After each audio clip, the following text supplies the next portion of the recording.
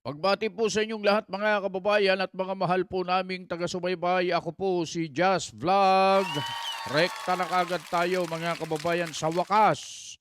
Sa wakas po ay nakapagtanong na rin at nakapagsalita na si Senator Rodante Marcoleta doon sa isinagawang Protect Committee hearing mga kababayan na pinangunahan ni Senator Gatchalian. Opo, mula po kasi kaninang umaga noong inacknowledge yung mga senador o senator na dumating na kasama dyan sa hearing na yan, ang isa sa pinakauna na inacknowledge mga kababayan, isa po si Senator Rodante Marcoleta na nauna mga kababayan. Oo. Pero nagtataka kami mga kababayan, hapon na, 2:00 na nang makapagsalita si Senator Rodante Marcoleta at dito na nga mga kababayan nangyari na ang kahindik-hindik at kagimbal-gimbal na pananabon. Ah, sinabon niya kasi rito si Senator. Sinabon niya po kasi rito, mga kababayan, si Secretary Sharon Garin. Oo, matindi po yung mga binitawan na salita rito ni Senator Rodante Marcoleta at ang mga pagtatanong niya kay Secretary Sharon Garin, mga kababayan, palibasa, siya po kasi ang nananagot o kinatawan tungkol dyan sa pagpaplano, pakikipag-ugnayan sa ibang bansa at sa mga iba't iba pang mga sangay ng gobyerno dahil dyan sa krisis ng langis, mga kababayan. Mabuti siguro, pagtyagaan ninyong panoorin ito, mga kababayan, para makita nyo at malaman ninyo kung paano sinabon ni Senator Marcoleta itong si Secretary Sharon Garin, mga kababayan. Panoorin natin ang sabay-sabay ang video ito. Presyo ng diesel is 120.95 average po. From 55 pesos pre-crisis level. Ibig sabihin tumaas po ng 120%. Bakit po kaya?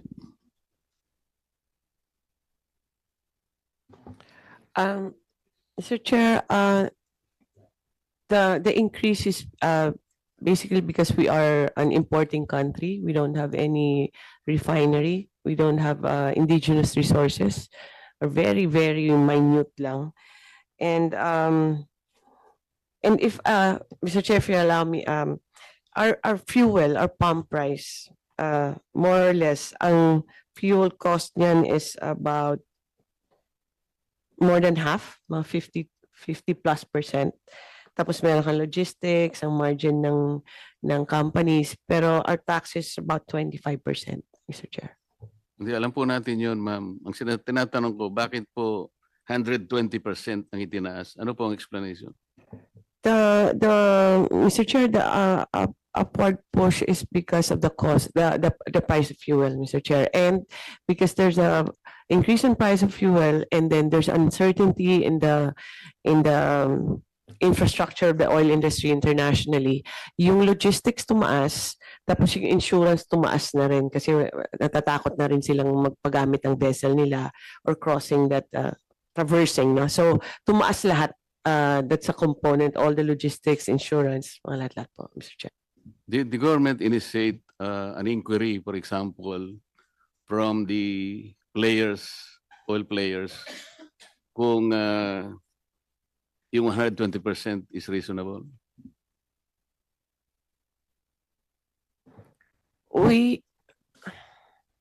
Mr. Chair, we have talked to the oil companies and we constantly monitor their prices and also the international prices and also all the trend on the logistics and insurance.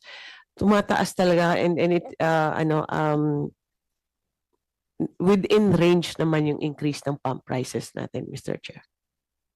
Mr. Chair, ang ibig ko sabihin, nung sinabi po nila na talagang ganito ang itataas, 120%, did we take their statement as gospel truth right away? Uh, Mr. Chair, the how it is it's a deregulated industry. So ang monitoring ng DOE lang yung ginagawa niya on checking what their prices as. Yes, sir. It is within the range na kinakalculate din ng DOE, Mr. Chair. Mr. Chair, kasi po, ang alam ko, ang pinakamalaking refinery sa buong mundo, yung Rotterdam Refineries. At meron po yan mga tangke na nakabalagbag sa Singapore. Marami po yan. Pati Petronas po, the second largest in the world. May mga tangke po siya sa Singapore. Nag-check po kasi ako, Mr. Chair. Halimbawa po, yung sa Rotterdam Refinery, kung halimbawa FOB price po, $570 per metric ton. Ang isang metric ton po is 1,180 liters.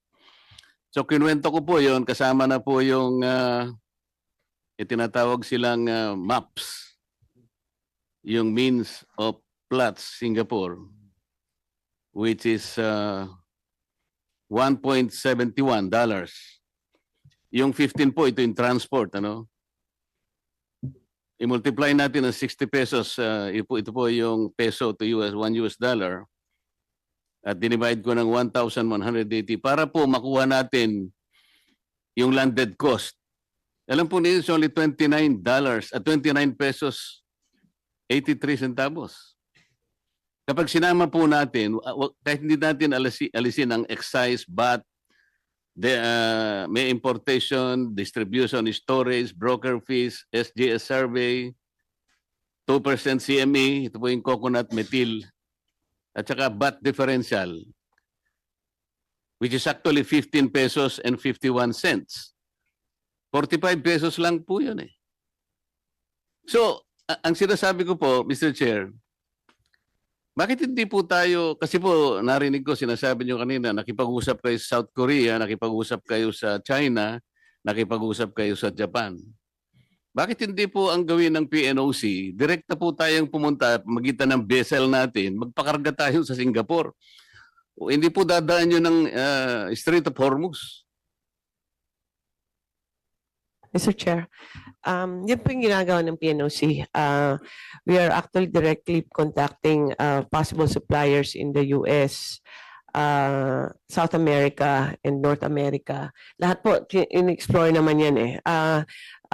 But on average talaga na, ang gusto namin mag-diversify para hindi lang galing dito sa Middle East yung source natin. Ano?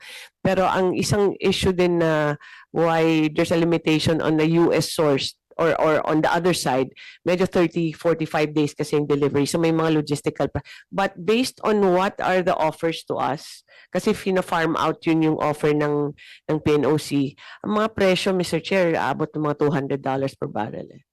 Madabag sinasabi ko po, ay yung mga tangke na nandun sa Singapore. Dalawang malalaking refinery sa mundo, Rotterdam Refinery at saka yung Petronas ng Malaysia. Pareho po silang may tangke. Kapag ka po ang pinag-usapan natin, yung Petronas Malaysia Refinery, yun po CIF, hindi POB. Kaya $640 per metric ton. Alam po niyo yung kwenta ko ron, 32 pesos and 63 centavos.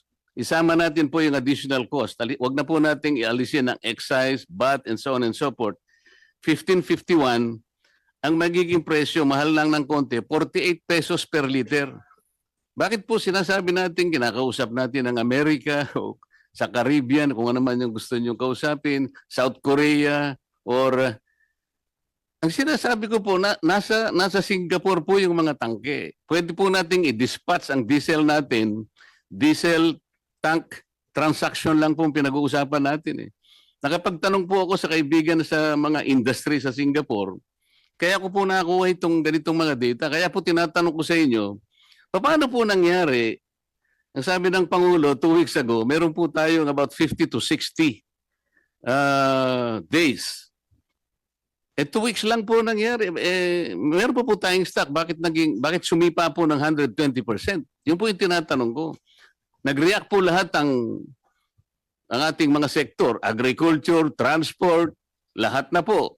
Kaya nga po yung 230 billion na sinasabi ng ng DBM, na gano'n na eh. Ang tinatanong ko lang po, bakit po tayo napunta sa 120% kagad? Bakit naging 110, 120 pesos ang average po ng liter ng diesel? At yung po namang gasolina, 62%. Bakit hindi po natin tinanong man lang, bakit po nagkaganon? Akala ko po ba, tinitingnan natin. Ano po ba yung explanation dito? Mr. Chair, ang presyo talaga ng international nag-increase eh. And we will check the vessels na mini-mention ni Senator Marcoleta. But based on sa mga information na nakuha namin sa mga nag-o-offer sa PNOC and also from our oil companies, may malaking increase talaga both on diesel and gasoline at 101%. Tama ba ito? Ang increase niya for the past 3 weeks, 101% and 182% for diesel. But we'll check for the other sources, Mr. Chair, kung baka iba yung arrangements nila, Mr. Chair. Sir, hindi ko po alam kung saan nila kinukuha yung gasolina. Baka ang pinag-uusapan po natin, ang gagaling ba lahat sa Persian Gulf? Hindi po yun ang usapan eh. Kahit na isara po yung Strait of Hormuz, ang pinag-uusapan is Persian Gulf. Sabi nga nila 20% ang apektado. Paano po yung Suez Canal? Bukas naman po yun. Pero wag na po natin pag-usapan yun. Ang sinasabi ko po ay yung mga tangke na nakapondo sa Singapore. Napakarami po niyan. Petronas Refinery at saka yung pong Rotterdam Refinery. Bakit wala mo pong makapag-explika sa DOE? Bakit hindi po tayo doon dumiretso? Mr. Chair, ang Singapore kasi trading yan eh. And then those mga nakalutang lang ng mga barko dyan, yun po yung mga binibenta ng mga traders tsaka yung mga refineries po. So ganun po yung presyo pa rin na offer po sa amin ng mga traders. We've talked to several already international traders na dumadaan ng Singapore. And same pa rin yung presyo na binibigay sa amin. But we'll check, Mr. Chair. I am sorry, Mr. Chair, pero yung mga data nasa akin po eh. Kasi-check ko lang po kagabi. Sa totoo lang. Kagabi po ay 495 pa nga po eh. Per metric ton. Idagdag po natin ang shipping na $15. At saka yung 1.71. Ito nga po yung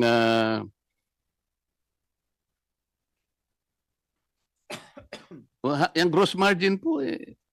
8 pesos and 46 centavos. May margin pa nga po eh. Dito po sa Rotterdam Refinery, ang margin is 4 pesos and 64 cents. Pagka sa Petronas naman po, ayun, halos may konti pa rin kita. 1 peso and 85 cents. Pero hindi, nakakapagtaka, bakit po sumipa ng 110 to 130 pesos per liter?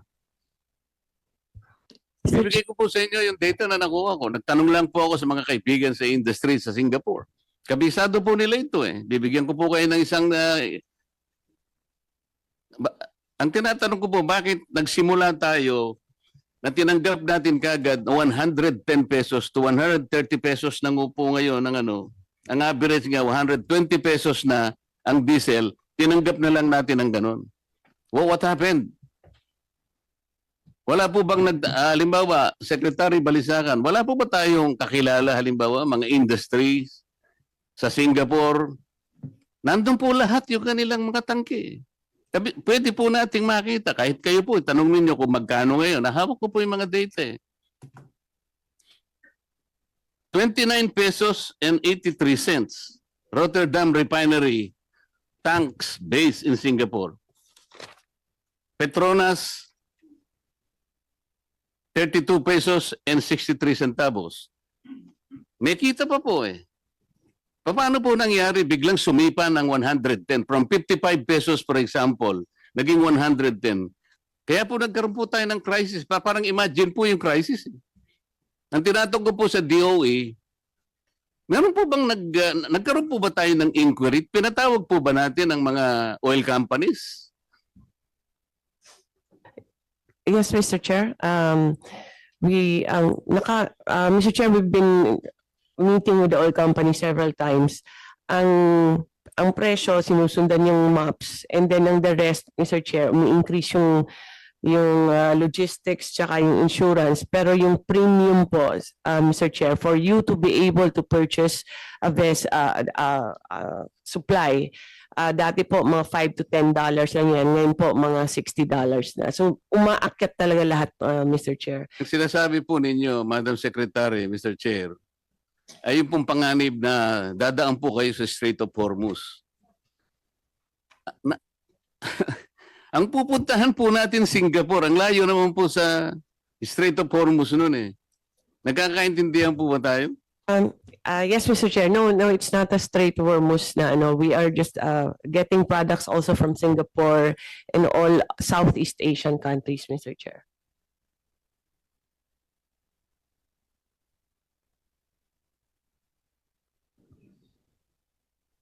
Mr. Chair, ang aking gustong i-discuss, at alam ko ito po ang naintindihan naman ng DOE.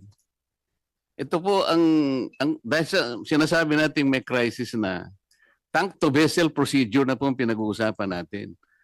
Yung ating pong, ang ating vessel, siya na po yung lalapit doon sa tangke sa Singapore. Hindi po ba nyo alam mga procedures? Nasa akin yung procedures, nakuha ko kung paano po natin mapapadali ito eh. Ayun po yung FOB price, $570 per metric tons. Rotterdam Refinery, tanks based in Singapore. Yung Petronas naman po, 640 dahil hindi FOB yun, CIF. Eh, kukwentahin po natin lahat ang mga local add-on, kagaya po na sinasabi ninyo, 15 pesos, 51 centavos lang per liter yun. Kahit idagdag po ninyo yun, sa 55 pesos, may kita pa po eh. Kaya tinatanong ko po, paano po tayo napunta sa 110?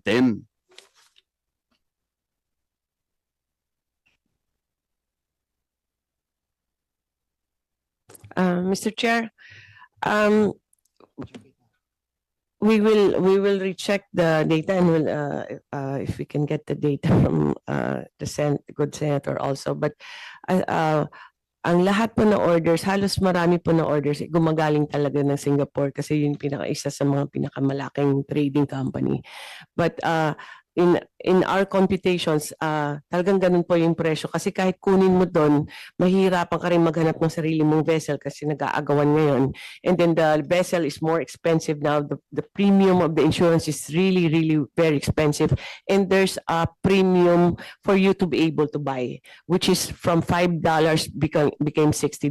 So lahat po na component nandiyan yan. Hindi po ganun kadali na papadala lang ng vessel because we don't have any vessels actually to send to them because it's very difficult now. Pero Mr. Chair, I'll direct our team that are doing the purchasing and check the Rotterdam supply in Singapore, Mr. Chair. Sir Chair, sino po ba nagsabing napakahirap pumanap ng vessel? Sino po nagsabi sa inyo? Sino nag-advise sa inyo? Napakahirap pumanap ng vessel para kumuha ng supply sa mga tangke sa Mr. Chair, marami kasi nagbebenta po sa PNOC na sa atin yung transport and that's the most difficult part that they've been trying to find, Mr. Chair. Yun po bang mga players natin, ganun din ang kanilang sinasabi sa inyo? I'm not talking about the PNOC. Sa atin po yun eh. Yes, Mr. Chair, they were the first ones actually that flagged this, Mr. Chair. Yung ating mga players, sinabi po nila na napakamahal po dun sa Singapore. Did you check the FOB price in Singapore as we speak? Yes, Mr. Chair, we have been checking actually Singapore and all the other countries. Di nga po, nasa akin na po eh. FOB and CIF, both Petronas and Rotterdam refineries. Yes, Mr. Chair, we have checked also on that, Mr. Chair. So pareho po tayo ng presyo. No, Mr. Chair. Saan po nyo kinukuha yung presyo ninyo? Ito nga yung sinasabi ko, dapat po nagkaroon ng inquiry man lang. Kung halimbawa, sinabi ng mga players ganito, kaya nga tanong ko po, did we take those as gospel truth? Paano po natin chinek? Mr. Chair, this is based on also on the maps as we have prescribed how the computations will be, and also, Mr. Chair, on the experience of PNOC in Secretary, ang maps po is only $1.71. Sinasabi ko na po ito eh. Kanina po yung presentation kanina, yung Dubai plots. Hindi po relevant yun because we are not getting something sa Dubai. Ang sinasabi ko, Singapore lang. I'm trying to direct the conversation to Singapore. Nandun po yung mga tangke ng dalawang refineries. Pwede po ninyong check-in ngayon. Yung sinasabi, kung totoo yung sinasabi ko, hindi. Anyway, Mr. Chair, I don't want to belabor this. Alam ko, makukuha nyo naman. Mamaya, bibigay ko po yung data ko sa inyo para lang matapos tayo. Gusto ko lang po magtanong kay Secretary Kakdak. Secretary, tungkol po sa pinag-usapan natin, I think that was about 10 days ago, nung tumawag sa akin ng Secretary ng Bahrain, was the Ambassador at saka yung Labat, dahil nagkaroon po yata ng kung hindi, parang miscommunication nung inyo pong interview sa DCMM yata, nasabi ninyo na ang ibinibigay do sa mga distress na OFWs do sa Bahrain is $200 po ang nasabi ninyo. Ngayon po, medyo nagkagulo po, pumunta sa embassy yung mga na-distress nating o displaced nating mga manggagawa, ang binibigay pala is only 20 dinars, katumbas lang ng about $50 to $53. Kaya nagkagulo po, sa akin po tumawag yung ambassador. Hindi ko po alam kung bakit niya nakuha yung number ko. Alas 10 ng gabi sa atin, alas 5 ng hapon sa kanila. Kaya mabuti naman, nakausap po kayo, nasa airport pala kayo noon, hindi nyo naman ako binalikan. Ano po bang nangyari doon? Naayos po ba yun? Kasi ang pagkakaalam ko, tinanggal pa yata yung Labat. Nag-report lang pero siya pa tinanggal. Totoo po ba yun?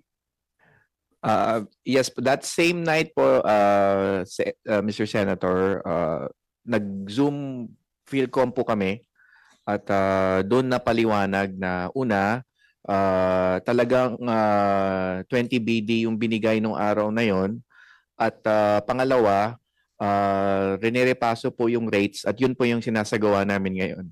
Babalikan po namin sila, Sen, kasi ang intention namin ay taasan, higitan pa sa 20 BD at yun po ang sinasagawa natin ngayon, babalikan natin sila. In the meantime, nagbukas na po yung ating repatriation effort out of Bahrain.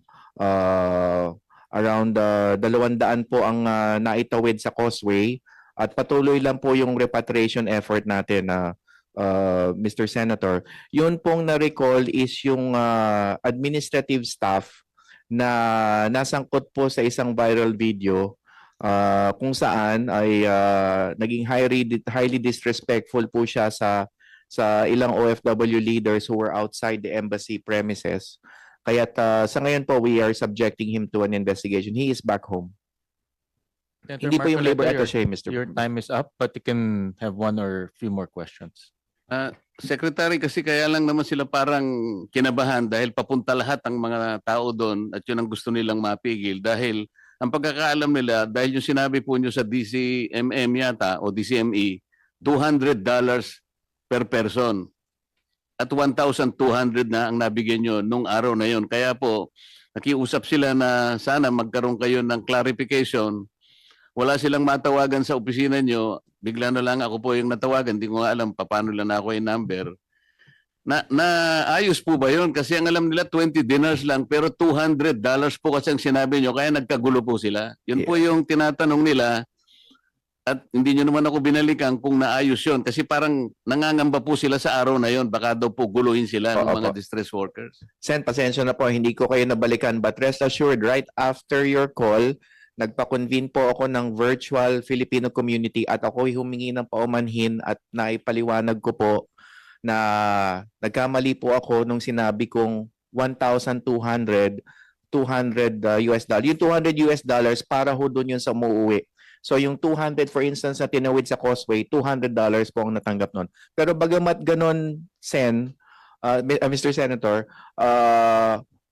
pinag-aaralan ho namin ang figures at ang direksyon po ng aming isasagawa is mas mataas sa 20 BD, ibig sabihin babalikan po namin yung mga nabigyan ng 20 BD para dagdag yung anumang level yung nakita naming sapat. At rest assured, Mr. Senator, na ayos po natin on the same day in terms of pagpapaliwanag at paghingi ng paumanhin, na ayos po natin sa mga Filipino community leaders on the same day na tumawag kayo. Pasensya na po, hindi ko lang na kayo nabalikan. Pero right after your call, I immediately asked the LABAT to convene a virtual Filipino community meeting. Mga 8 p.m. Filipino time po yun, nung nagkaroon kami ng virtual Salamat, meeting. Secretary. Isa na lang, boss, kung pwede. Pwede po. Yun po kasing sinabi niyo, Chairman, kanina, yung pagka ganitong namumuo ang krisis, kung talagang ang may krisis, Secretary Yusek Tubimpi, kung talaga nga, dapat talaga yung lahat ng agency merong isang contingency plan, comprehensive. Tama naman po yun. Di ba, Secretary Balisacan, dapat kayo po yung nanguna nun. Kasi kayo naman ang planning talaga. Yung centralized approach po, para sa ganun, hindi nangangapa ang bawat isa. Okay lang naman pong mag-report na bawat isang mga ahensya, mga secretaries natin. Pero mas maganda po kung halimbawa, bago sila mag-report, nagkaintindihan na sapagkat meron kayong well-functioning, integrated and comprehensive approach. Kasi krisis na po ito eh. Mabuti na nga, kahit papaano nakita natin ang mga department secretaries na adept naman sila under the circumstances. Lalo na po yung aking kaibigan na Rex Gatchalian na medyo tumaba po ngayon. Hindi ko nga alam bakit tumaba ka naman ng ganyan. Paano ka pa makakapag-asawa pag ganyan? Salamat po. Kapatid niyo po yata siya. Salamat po. Maraming salamat sa Senator Marcoleta for those interventions.